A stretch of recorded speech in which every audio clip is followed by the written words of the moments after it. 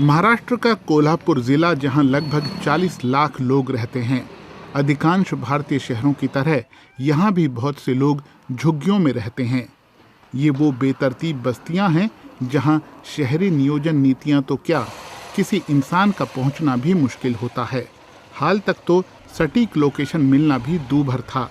यहाँ 1700 से ज़्यादा परिवार रहते हैं। ये वैध बस्ती है, लेकिन किसी के पास अपना एड्रेस नहीं है। लेकिन अब पिज्जा की होम डिलीवरी होने लगी है और इसका श्रेय जाता है इस खास नंबर को। गूगल प्लस का ये कोड जो इलाके का लैटिट्यूड और लॉन्गिट्यूड बताता है। भाग्यश्री कल्याणकर के लिए तो ये वरदान से कम नहीं है। वो पास ही में इलेक्ट्रॉनिक स्टोर चलाती हैं और अब उनका माल घर पर ही डिलीवर हो जाता है।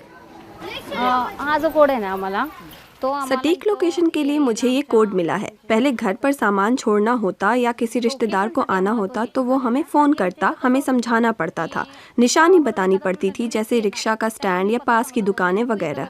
कभी कभी उसे लेने ही जाना पड़ जाता था। अब ऐसी कोई दिक्कत नहीं है। पण आता तसं नाही होत। प्लस कोड का श्रेय प्रतिमा जोशी और उनकी टीम को जाता है। पेशे से आर्किटेक्ट और शेल्टर एसोसिएट्स नाम से एक एनजीओ की संस्थापक प्रतिमा कच्ची बस्तियों के हालात सुधारने के लिए डाटा का उपयोग कर रही हैं। उनकी टीम महाराष्ट्र के 7 शहरों में काम करती है। उनकी सबसे नई पहल है डिजिटल एड्रेस। इसमें गूगल उनका पार्टनर है।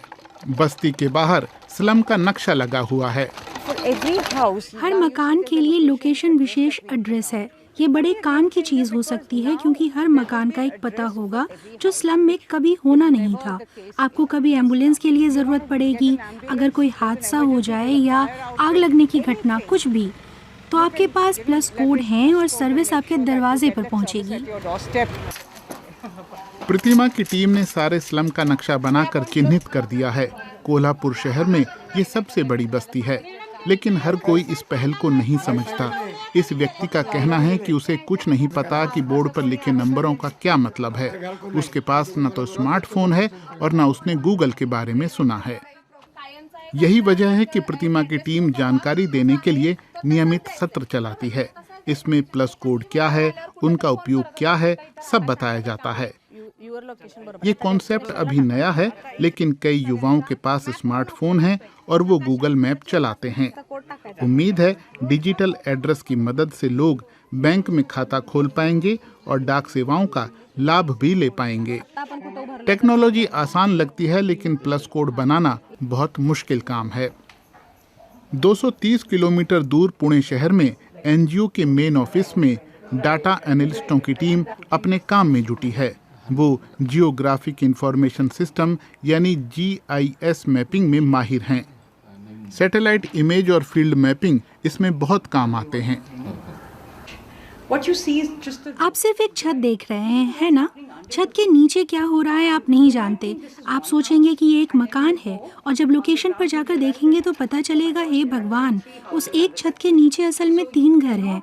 तो यहाँ के लिए केवल सैटेलाइट इमेज ही काम नहीं करेगी। हर हाल में फील्ड विजिट और फील्ड मैपिंग भी करनी होगी।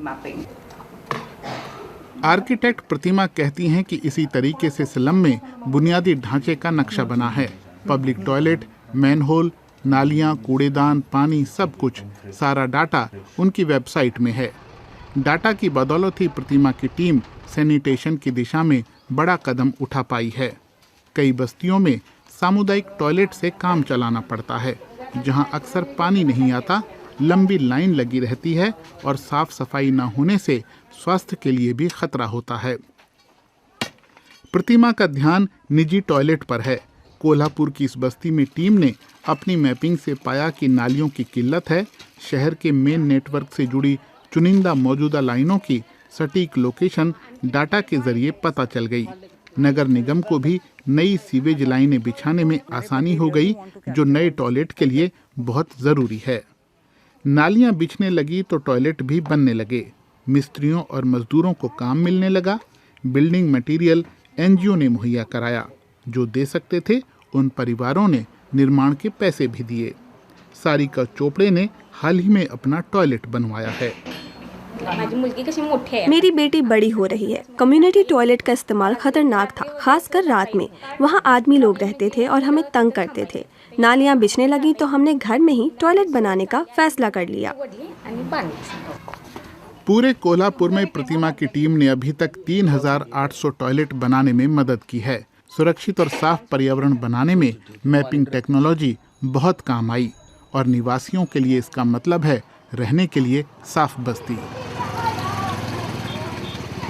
खबरों में बने रहने के लिए आप हमारे YouTube चैनल को सब्सक्राइब करें, लाइक करें। साथ ही लगातार अपडेट्स पाने के लिए आप हमारे बेल आइकन को जरूर प्रेस करें।